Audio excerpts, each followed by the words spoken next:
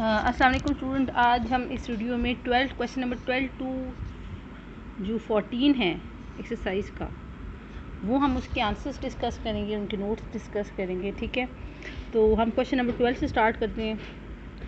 Question number 12 है describe different methods of preparation of alkenes and how would you establish that ethylene contains a double bond. तो इसका जवाब ये एक long question में आएगा। तो इसमें आपने different methods of preparation of alkyne लिखने हैं और आपने वो वाले रिएक्शंस लिखने हैं जिनमें आपको ये साबित होता है कि इथाइलिन के अंदर डबल बॉन्ड है। और ऐसे दो रिएक्शंस हैं, मैं पहले बताती हूँ। एक आपकी न्यू हेलोजिनेशन की थी ब्रोमीन वाटर के साथ। आपको पता है अल्कीन जब ब्रोमीन वाटर में ऐड होता है तो ब्रोमीन वाटर का कलर डिस्चार्ज हो जाता है, तो इससे आप आइडेंटिफाई करते हैं कि ये डबल बॉन्ड है। इसी तरह अल्कीन जब KMnO4 सोल्यूशन में ऐड होता है तो उसका कलर भी डिस्चार्ज होता है, इससे आप ऐड। सो ये दोनों रिएक्शन, इनमें से कोई भी आप ये दोनों रिएक्शन भी लिख सकते हैं, डिपेंड करता है नंबर पे। कोई एक भी लिख सकते हैं, डिपेंड करेगा नंबर कितने हैं। ठीक है, तो ये इनके आंसर्स मैं डिस्कस करती हूँ। ये है, यहाँ से स्टार्ट होता है methods of preparation of alkenes.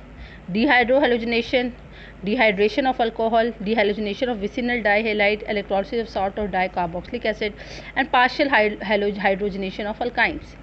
इसी तरह जहाँ तक ये सवाल है कि इसमें आपने ये वाला रिएक्शन लिखना है ब्रोमिनेशन में, alkenes on treatment with halogen inert.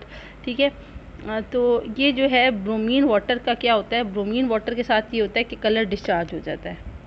ठीक है, तो इसको यूज़ किया जाता है ऐसा टेस्ट। तो ये आपने इसमें ये वाला रिएक्शन लिखना है, लेकिन X2 की जगह आपने Br2 इस्तेमाल करना है।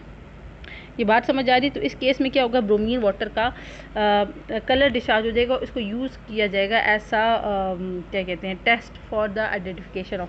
तो इसमें आपने ये करना है, तो इसमें अगर आप इधर X2 की जगह Br2 इंडिकेट करेंगे तो आप इसे ऐसे टेस्ट के तौर पे यूज़ करेंगे। इसी तरह हाइड्रोक्सिलेशन वाला ये वाला रिएक्शन जो मैं आपको बता रही हूँ, इधर ये वाला रिएक्शन आप रिटन राइट करेंगे बेयर्स टेस्ट। इसको बेयर्स टेस्ट का रिएक्शन भी कहते हैं। तो इसमें क्या होगा, KMnO4 का सोल्यूशन, पूरा रिएक्शन आप इधर लिखेंगे कि pink colour of KMnO4 is discharge, it is a test for the presence of unsaturation. इसी तरह ब्रोमीन के में भी लिखा है कि it is test for the unsaturation. ठीक है, देन हम 12 के ही हमने 12 का एक ए पार्ट डिस्कस कर लिया। 12 का बी पार्ट हम डिस्कस करते हैं कि give the structural formula of alkenes expected to be form by the dehydrohalogenation of the following compound with a strong base.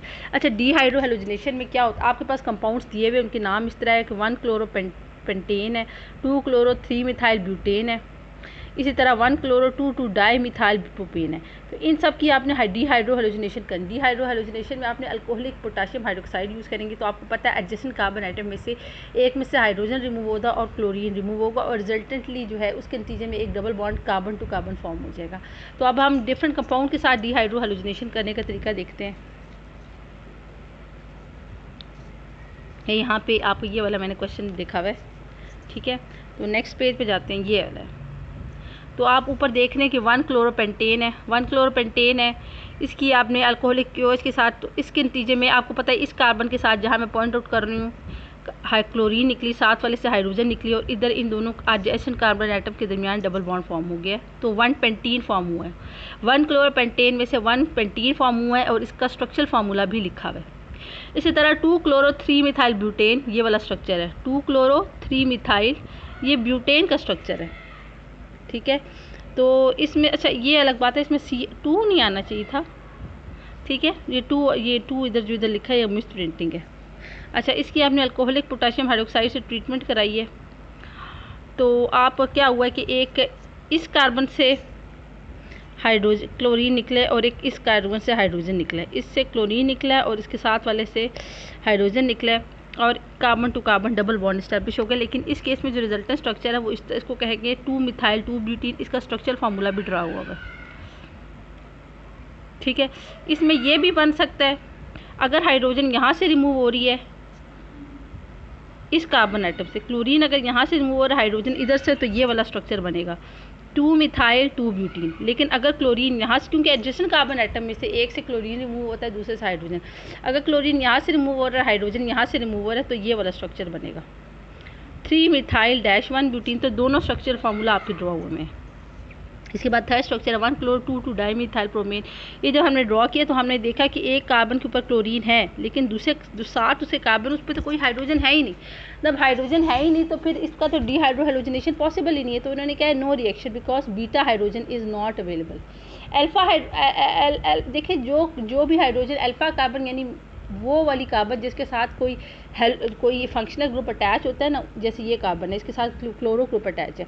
जिस कार्बन के साथ कोई मेन फंक्शनल ग्रुप अटैच होता है वो अल्फा कार्बन होती है, उसके साथ जो हाइड्रोजन अटैच होती है वो अल्फा हाइड्रोजन होती है। और जो अल्फा कार्बन के साथ वाला जो कार्बन होता है वो बीटा कार्बन होता है, और इसके साथ जो हाइड्रोजन होती है वो बीटा हाइड्रोजन होती है। तो इसमें कोई बीटा हाइड्रोजन नहीं है तो रिएक्शन नहीं होगा। ठीक है, अब हम थर्ड इधर से ही पढ़ लेते हैं। थर्ड रिएक्शन आपका है write down the chemical equation for the preparation of propene from the following compound. आपने इन सारों से प्रोपीन बनाना है। एक आइसोप्रोपाइल क्लोराइड है, ये नहीं, आपके पास सबसे ऊपर जो है वो एक अल्कोहल है, इससे आपने वो बनाना है, क्या बनाना है, प्रोपीन। इससे आपने प्रोपीन बनाना है, ये प्रोपाइन है। इधर सॉरी इधर ट्रिपल बॉन्ड होना चाहिए था, ट्रिपल बॉन्ड होना चाहिए। इधर आपका टेक्स्ट बुक में जहाँ मैं देख रही हूँ टेक्स्ट बुक में इधर ट्रिपल बॉन्ड था। अच्छा, और ये आइसोप्रोपाइल क्लोराइड है। इन तीनों से आपने प्रोपीन बनाना है। तो हम इसका वो देख लेते हैं।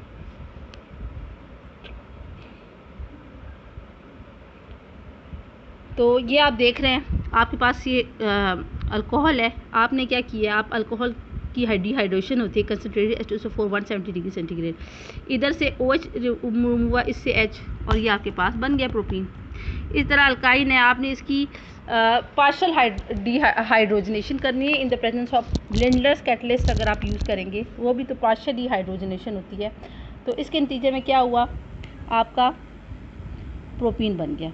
इस तरह अगर आपने आइसोप्रोपाइल क्लोराइड लिया है तो इसकी आपने अगर डीहाइड्रो हेलोजनेशन करेंगे अल्कोहलिक पोटेशियम हाइड्रोक्साइड के प्रेजेंस में, जिसे रिएक्टेड विथ अल्कोहलिक वेज the propene is produce, halogen is remove from alpha carbon.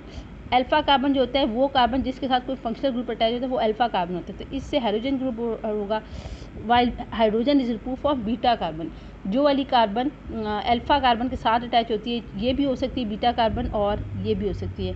ठीक है, तो ये बीटा कार्बन होते हैं, इनके साथ जो हाइड्रोजन होती है वो बीटा हाइड्रोजन होती है।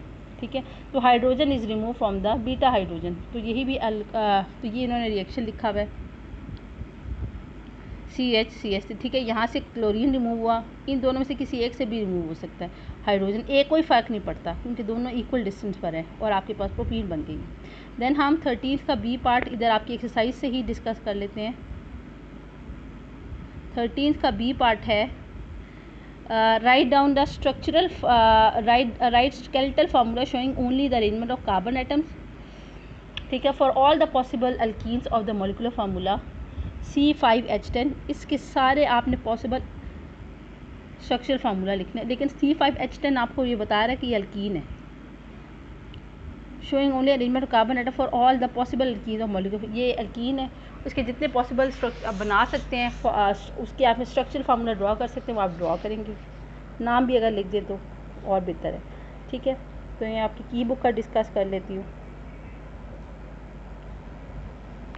ये आपके पास स्ट्रक्चर्स बने हुए हैं। दिस स्ट्रक्चर इज़ कॉल्ड, आप ये देख रहे हैं ये 1 पेंटीन है क्योंकि डबल बॉन्ड फर्स्ट कार्बन पे है। दूसरा स्ट्रक्चर जो आपको दिखाई दे रहा है ये 2 पेंटीन है, ये जहाँ पे यहाँ पे। तीसरा स्ट्रक्चर जो है 2 मिथाइल 1 ब्यूटीन, 2 मिथाइल 1 ब्यूटीन। इसके अलावा जो चौथा स्ट्रक्चर है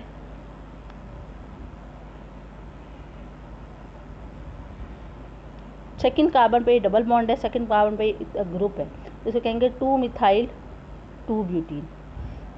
तो इधर double bond second first carbon पे है और सेकंड पे मिथाइल थर्ड पे मिथाइल ग्रुप है, तो हम इसे कहेंगे 3 मिथाइल 1 ब्यूटीन पे 5 आइसोमर्स आपने C5H10 के बनाते हैं।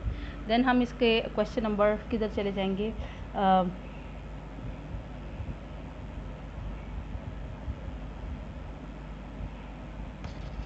जी अब हम क्वेश्चन नंबर 14 पे चले जाते हैं।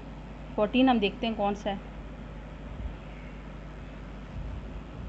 14 ये कह कि how may ethene be converted into ethyl alcohol. आप इथीन को कैसे कन्वर्ट कर सकते हैं इथाइल अल्कोहल में, तो वो उसका रिएक्शन आप लिखेंगे। इसका 14 का ए, बी और सी पार्ट है। चले पहले हम ये वाला डिस्कस करते हैं कि इथीन से आप इथाइल अल्कोहल कैसे बनाएंगे।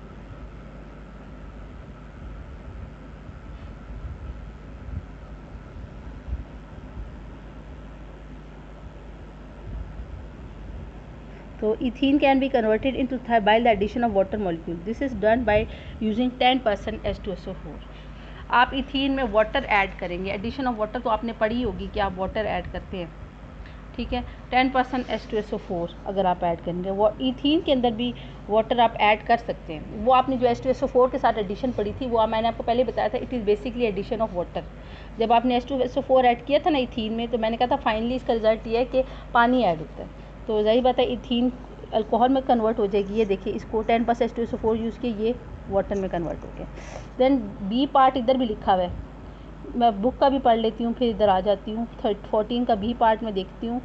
14 का बी पार्ट है, starting from ethene outline the reaction for the preparation of following product. Ethene से आपने स्टार्ट करना है और आपने ये वाले रिएक्शंस लिखने भी हैं। इन वाले प्रोडक्ट को बनाने के लिए जो रिएक्शन आपको दरकार है, वो आपने रिएक्शन लिखने हैं। इथीन से आपने स्टार्टिंग मटीरियल के तौर पर लिखना है, और अगर आपने उससे 1,2-डाइब्रोमो इथेन बनाना है तो क्या रिएक्शंस होंगे वो आप लिखेंगे। अगर आप इथाइन बनाना चाहते हैं तो कौन से रिएक्शन है वो आप लिखेंगे। इथेन बनाना चाहते तब कौन से रिएक्शन लिखेंगे, और इथाइलिन ग्लाइकोल बनाना चाहते तब आप क्या लिखेंगे। तो हम इधर आ जाते हैं कन्वर्जन्स। ये कन्वर्जन्स के रिएक्शन है। स्टार्टिंग आपका इथीन है। अगर आप इथाइल डाइब्रोमाइड बनाना चाहती हैं, ठीक है, आपका क्या इधर था 1,2-डाइब्रोमो इथेन। आपने जस्ट सिंपली इसको ब्रोमीन के साथ रिएक्ट कराना है। ये वाला रिएक्शन मैंने कहा था ना, इट इज़ ब्रोमीन वाटर का कलर डिस्चार्ज है, ये वही वाला टेस्ट है, डाइथाइल ब्रोमाइड बन जाएगा, ठीक है। इसी तरह इथीन से इथाइन बनाने के लिए पहले आप इसमें ब्रोमीन की एडिशन करेंगे, 1,2-डाइब्रोमो इथेन बन गया। फिर आप इसका रिएक्शन कराएंगे अल्कोहलिक KOH से, ठीक है। अल्कोहलिक KOH से करेंगे तो इसकी 2 दफ़ा डीहाइड्रोहेलोजिनेशन होगी। पहले में एक कार्बन से हाइड्रोजन और एडजेसेंट कार्बन में से एक से हाइड्रोजन, दूसरे से ब्रोमीन, फिर दोबारा एक से हाइड्रोजन दूसरे से ब्रोमीन रिमूव हो गया, हमारे पास इथाइन बन जाएगा, ठीक है। तो ये आपके पास बन गया। अच्छा, देन आपके पास तीसरा है इथीन से इथेन बना। तो बहुत सिंपल है, आपने इसकी हाइड्रोजनेशन करनी है, तो आपके पास इथेन बन गया।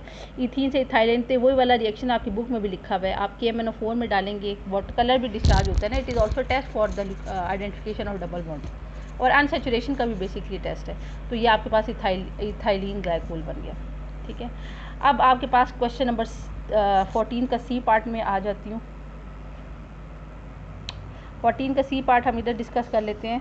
How will you bring about the following conversion. आपने एक में 1 ब्यूटीन से 1 ब्यूटाइन बनाना है, दूसरे में आपने 1 प्रोपेनॉल से सी। ये अब ये इधर ये चीज़ टेक्स्ट बुक में भी क्या यहाँ पे CH2 आना है या यहाँ पे CHOH आना है। अगर तो CH2 आना है तो कन्वर्जन डिफरेंट है, अगर यहाँ पे OH ग्रुप है तब कन्वर्जन डिफरेंट। मैंने दोनों तरह की कन्वर्जन्स लिख दी है, ठीक है, वो मैं डिस्कस कर लेती हूँ।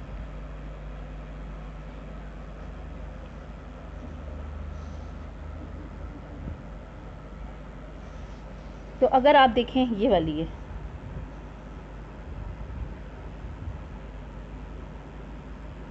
अगर आपने ब्यूटीन से ब्यूटाइन बनाना है, पहले तो आपने इसमें ब्रोमीन की एडिशन करेंगे, तो ये आपके पास बन गया 1 2। फिर आप अल्कोहलिक पोटाशियम हाइड्रोक्साइड के साथ एक तो 2 दफ़ा डीहाइड्रोहेलोजिनेशन होगा, तो 1 ब्यूटाइन बन गया। तो फर्स्ट कन्वर्जन है।